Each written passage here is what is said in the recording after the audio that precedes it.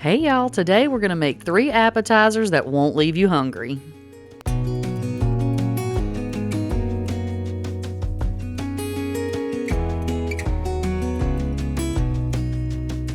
Okay, so we're going to start out by making some barbecued chicken wings in the air fryer. Now these are super simple to do. The first thing that we're going to do is go ahead and trim up these chicken wings because we're not leaving the tip on that chicken wing. Nobody eats that. It's not even any meat down there. So you want to make sure that you trim that off. Now, full disclosure, I'm not a butcher. So if this is not the correct way to trim these up, then that's on me. But you just trim them up however you need to. You just need to take the little tip off the wing and then separate the drum from the flat. Because you know you got that one little flat piece and then you got the one that looks like a tiny little chicken leg. So we want to get those separated because it's just, it makes it look like more for one thing. But, some people prefer one to the other. So once you get all your chicken nice and cut up, you're going to wash it off, not with Dawn dishwashing liquid.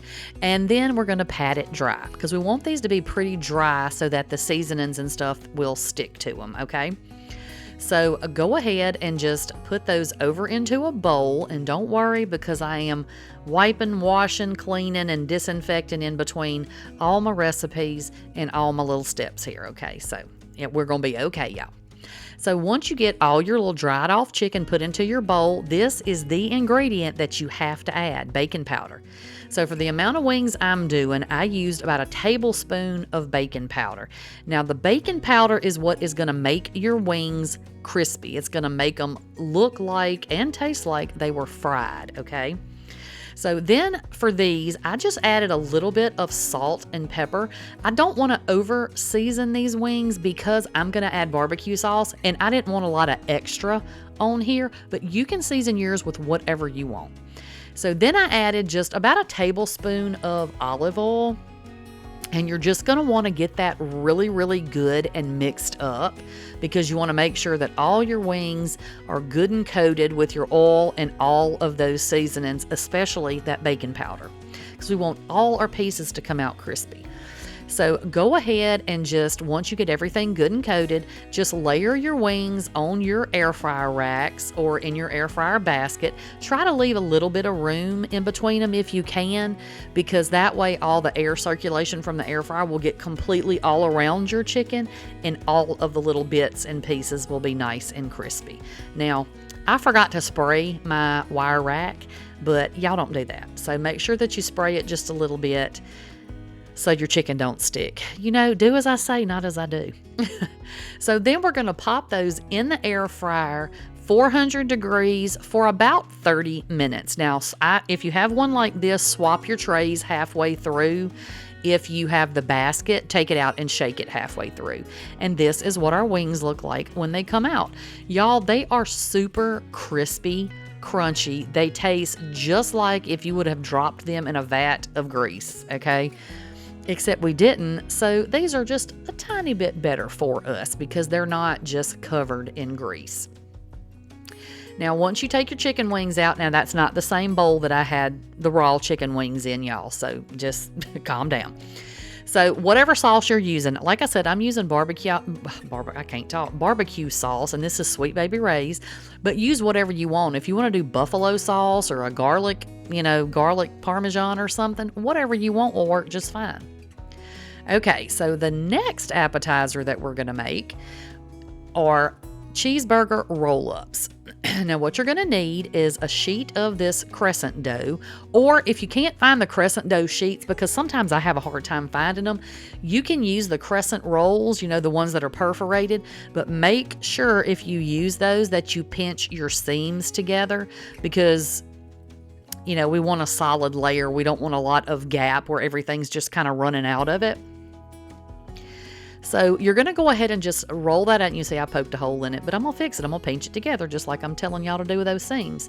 So all I did was take a little rolling pin and just kind of flatten this out a tiny bit more. You just want whatever dough you're using to be in a rectangle for what we need it for, okay? And go ahead and preheat your oven to 350.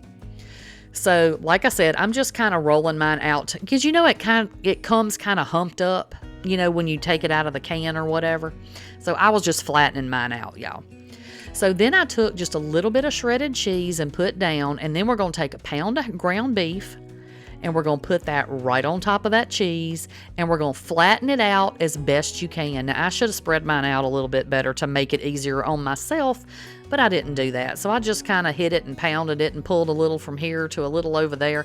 Now, look, mine has a gap in the middle, but you don't have to leave a gap in the middle. That's not for anything except for I couldn't smush it together any further because I was scared I was going to tear my dough. But once you get your hamburger meat patted down, you're going to go ahead and add whatever seasonings you're going to use. Now, I just added a little bit of salt, a little bit of pepper, and then I used some Kinder's, what is it called? Caramelized onion butter. Now, they have a caramelized onion burger, and that is actually my favorite, but I accidentally bought the onion burger.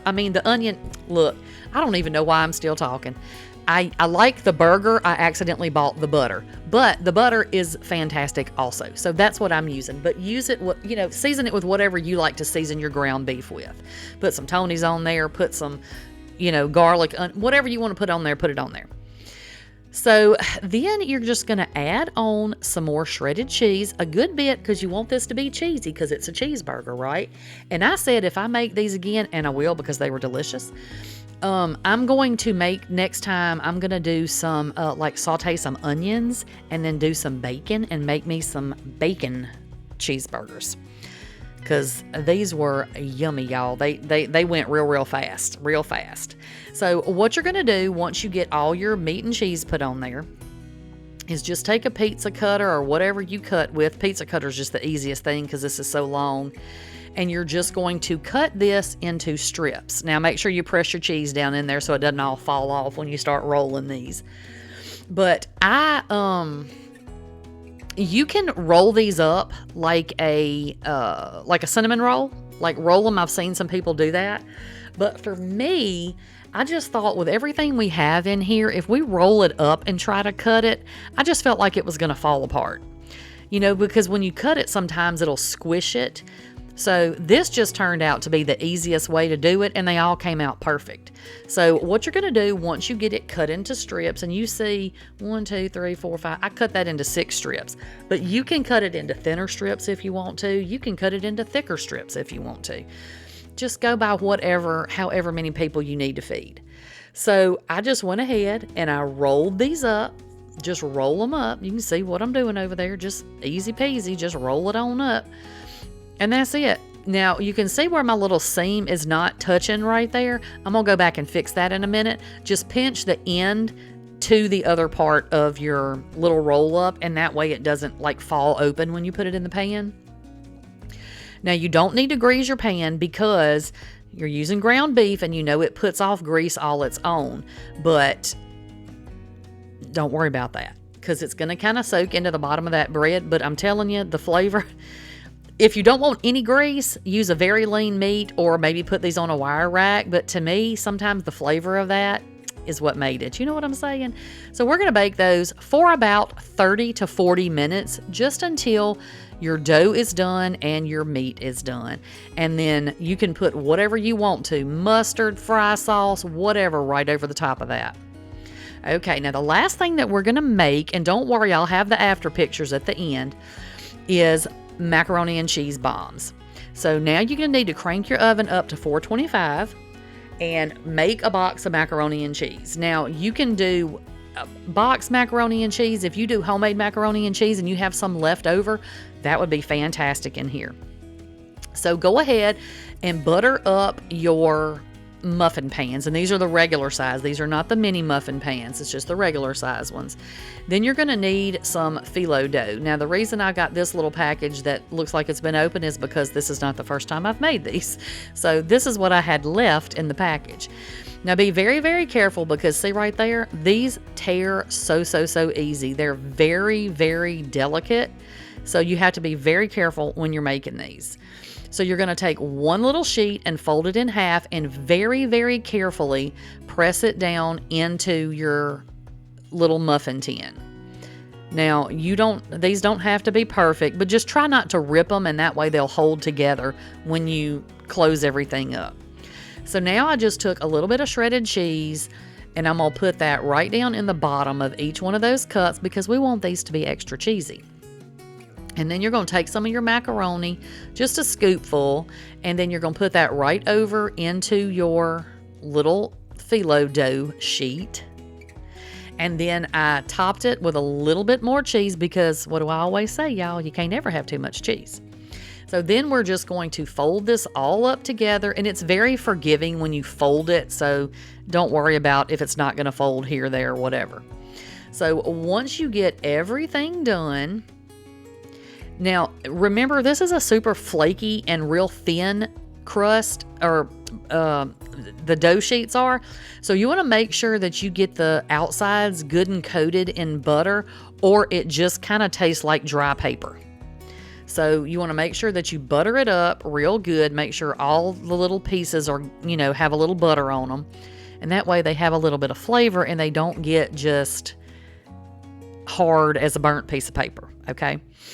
So once you get that done, you're going to go ahead and pop those in the oven for about 15 minutes.